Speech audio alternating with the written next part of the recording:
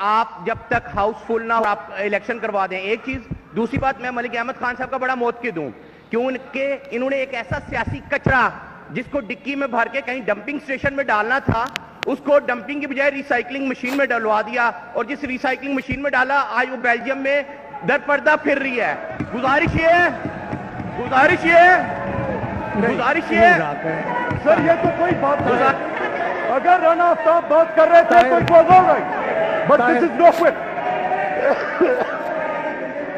ये सर आप इलेक्शन कराएं। ये जरा आप बैठे, तशरीफ रखें, 1 मिनट।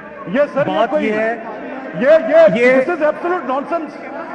ये आपने क्या कहा? ये सर ये कोई मैं आपसे दरख्वास्त करूंगा कि ये अल्फाज आप वैसे तो ये कार्रवाई से हज़फ। This is not even recorded. ये तो कोई बात ही नहीं है कार्रवाई से।